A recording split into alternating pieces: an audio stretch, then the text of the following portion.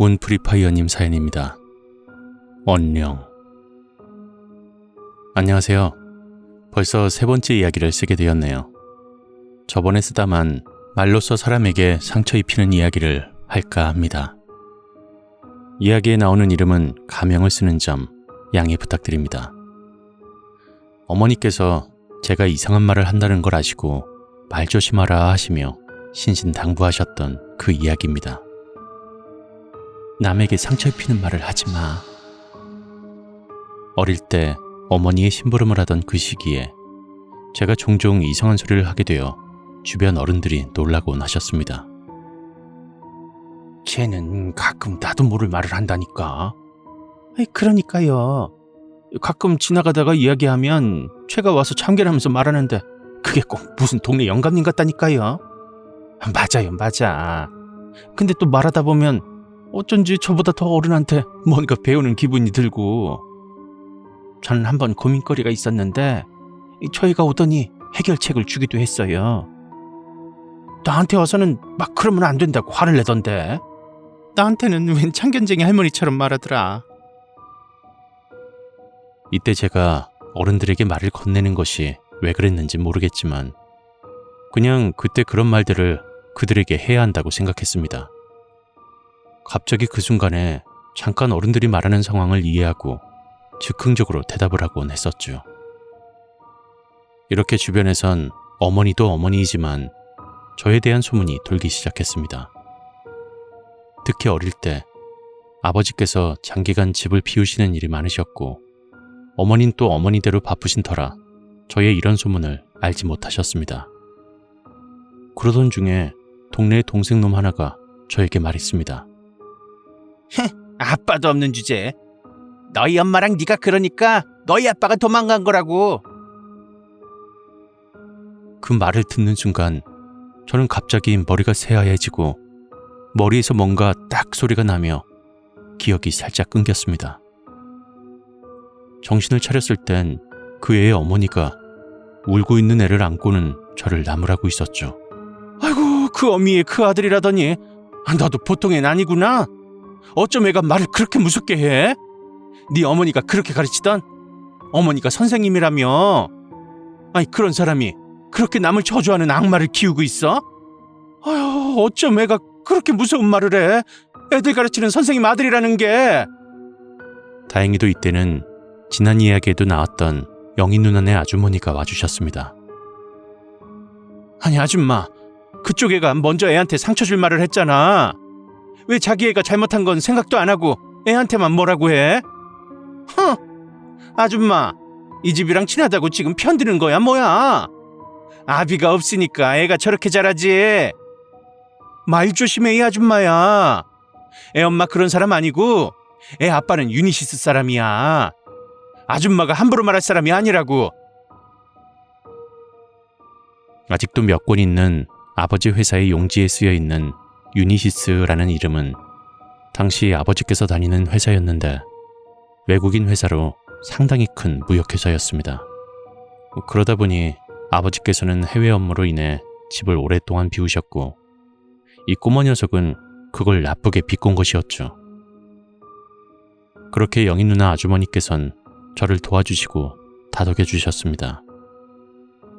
괜찮아. 잘했어. 저런 놈은 너한테 그렇게 욕먹어도 싸.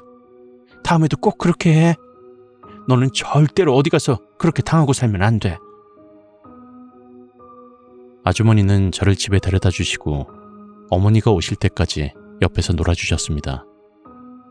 그리고 어머니가 오시자 저는 방에 들어가 게임을 하라고 하셨지만 저는 거실과 제 방 사이에 벽에 가려 안 보이는 곳에 조용히 숨어 듣고 있었습니다.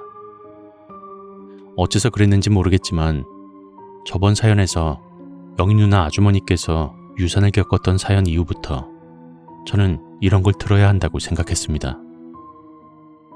그래서 그날부터 이 가림벽 뒤에서 어머니와 아버지가 싸우시는 말씀이나 전화 내용 등을 엿듣기 시작했죠.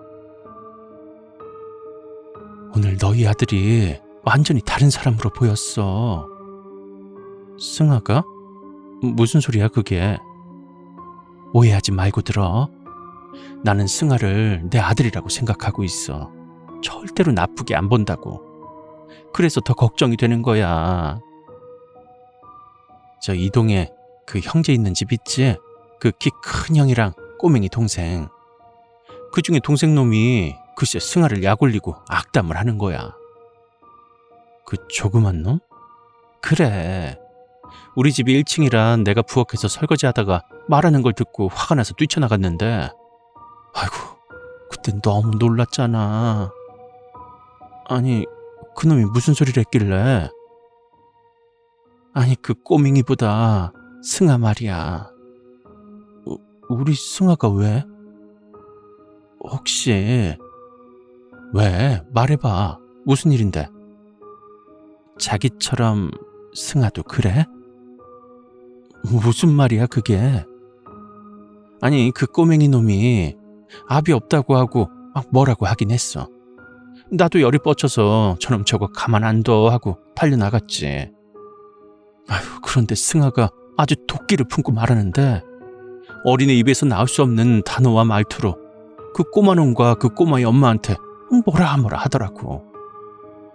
내가 아는 승아의 모습인데 목소리와 입에서 나오는 말은 마치 진노한 어르신이 저주를 내리는 것 같았다니까. 아주머니도 잘 모르는 단어들.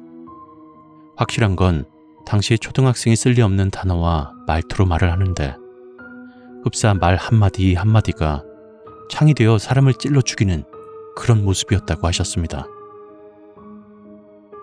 그거 듣거나 본 사람 더 있어? 다행히 그때 보이는 사람은 없었어. 근데 승아가 목소리가 큰 편이잖아. 집안에서 들었을 수도 있겠네. 아마 그래서 그 꼬마놈 엄마도 뛰쳐나온 것 같아. 그리고 승아가 요즘 가끔 지나다니면서 사람들한테 이상한 말을 하고 다녀. 나도 한번 들은 것 같은데 승아 나이에 애가 할 그런 말은 아니거든. 어머니는 깊은 한숨을 쉬셨고 아주머니께서 말씀하셨습니다. 승아, 성당에 데려가. 성당에? 내가 자기라는 사람은 알아도 자기 같은 사람들의 길은 몰라. 하지만 승아는 저렇게 커서는 안 되잖아. 괜찮을까? 승아 또래 친구도 많고 거기 수녀님과 신부님께서 옳은 길로 인도해 주실 거야. 신부님께는 우리가 말씀드려두자. 이날 어머니께서 저를 끌어안으시고 우시면서 말씀하셨습니다. 아들, 엄마 말 잘 들어. 너는 절대로 함부로 말하면 안 돼. 절대로 누군가를 미워하고 말하면 안 된다고. 우린 그래야 해. 남을 용서하고 참을 줄 알아야 해. 이런 엄마 만나게 해서 미안해. 하지만 아들, 절대로 너는 남을 미워하면 안 돼. 남을 상처 입히는 말을 해서는 안 되는 거야. 잘 모르겠고 이상하다 싶으면 그냥 말을 하면 안 돼. 미안해 아들. 엄마 부탁이야. 절대로 그러면 안 돼.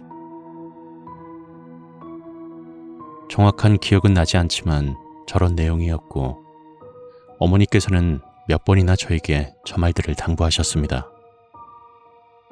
그렇게 저는 성당에 다니게 되었고 좋은 친구들과 선생님들을 만나게 되었습니다. 몇 년 뒤 아버지께서 회사를 그만두시고 사업에 실패하셨습니다. 그리고 어머니께서 너무 힘드셔서 한 무당을 찾아갔었죠. 그 무당은 어머니를 보시자마자 이렇게 말하셨습니다. 네 년이 여길 왜 왔어? 네? 그게 무슨... 내 운명조차 볼년이구먼. 네가 널 볼 정도인데 뭐하러 여기 왔냐고.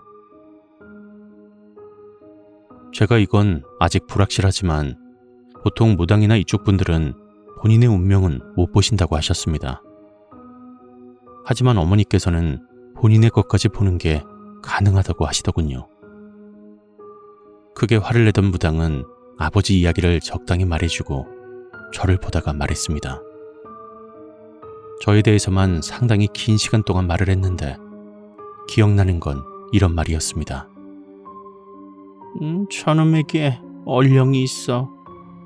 좋게 사용하면 천냥빚을 말로 갚는 걸 넘어서 나라를 살릴 수도 있지만 나쁘게 사용할 때 말만으로도 사람을 죽이는, 아니 대학살을 저지르고도 남을 놈이야. 아들 잘 키워. 저 녀석은 어떻게든 역사에 이름이 남게 될 거야. 어떻게든이 무슨 말이죠? 아이, 차라리 아무것도 시키지 마. 그냥 평범하게 살게 해줘. 아무것도 시키지 말라뇨. 네 년도 알잖아. 네 아들이 어떤지. 무언가 좋은 일을 하면 크게 업적을 남길 거야. 아마 책에도 올라가겠지. 하지만 나쁜 일을 한다면 다시 없을 나쁜 놈의 이름으로 역사에서 악마의 대명사로 남게 될 거야. 집에 돌아와 어머니께서는 저에게 무슨 일이 있게 되면 절대로 나서지 말라고 하셨습니다. 행복하게 살라고 하시며 말이죠. 욕심내지 마. 주변이 널 힘들게 하거나 미워할 일이 생긴다면 그냥 피해라. 똥은 무서워서 피하는 게 아니야. 더러운 게 묻을까봐 피하는 거라고. 성인이 된 뒤에도 저는 저 얼령이라는 것을 딱히 나쁜 곳에 쓴 적은 없습니다. 남을 도와주기 좋아하는 흔히 오지랖이 넓은 저는 오랜 기간 서비스 상담원, 헬프데스크, 전산팀 등에서 지냈습니다.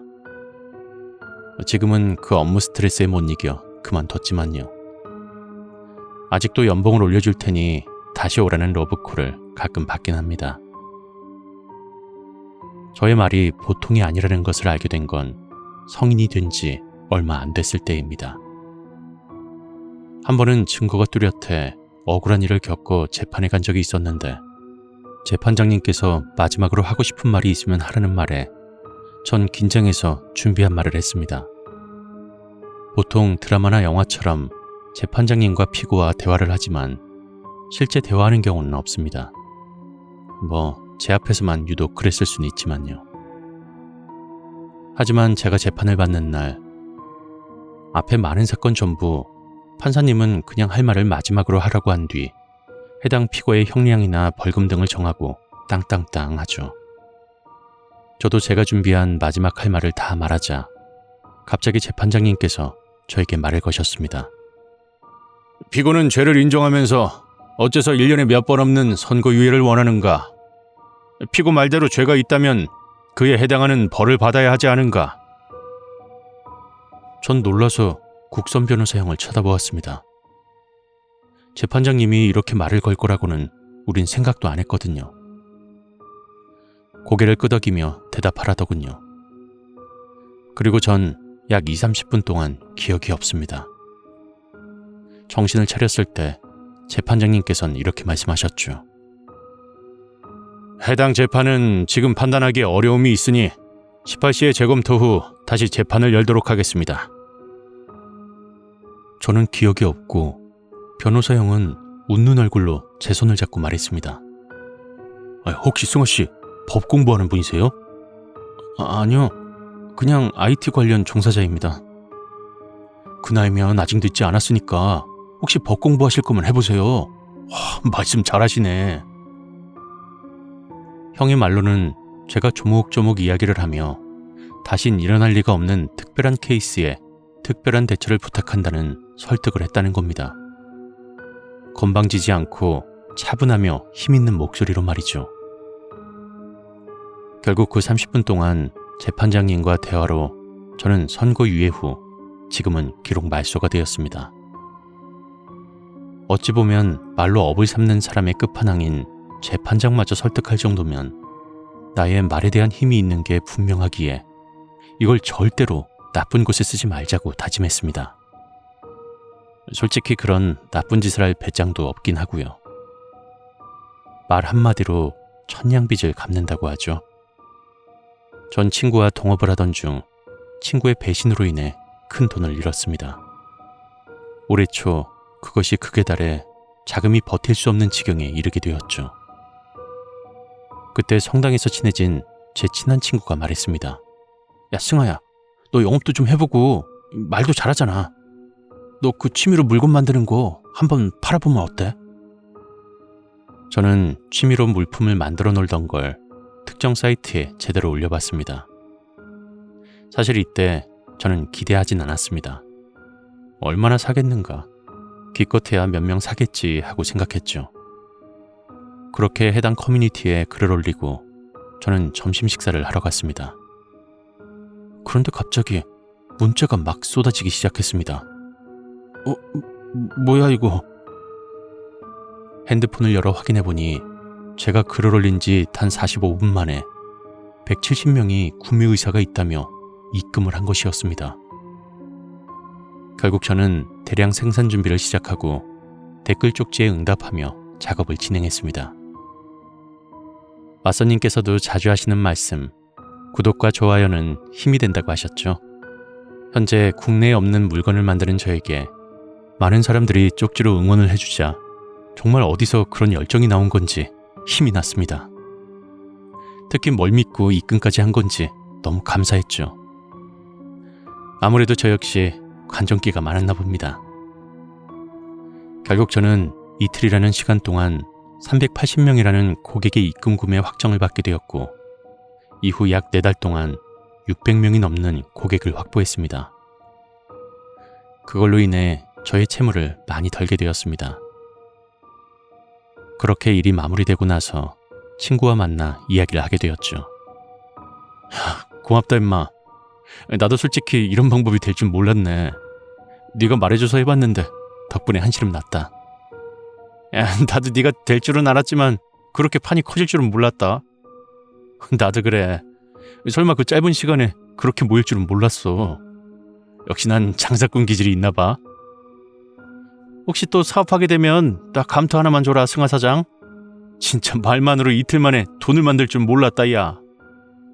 야, 소름 돋는 소리 하지 마라. 동업자 친구한테 뒤통수 맞는 건 한 번으로 충분하지. 나중에 또 사업하게 되면 필요할 때 고액 알바로 고용할게. 어머니께서 어릴 적부터 항상 당부하시던 것, 무언가 하려고 하기 전에 우선 사람이 되어라. 아마 어머니의 교육이 저의 말과 함께 시너지 효과가 나온 것이었겠죠.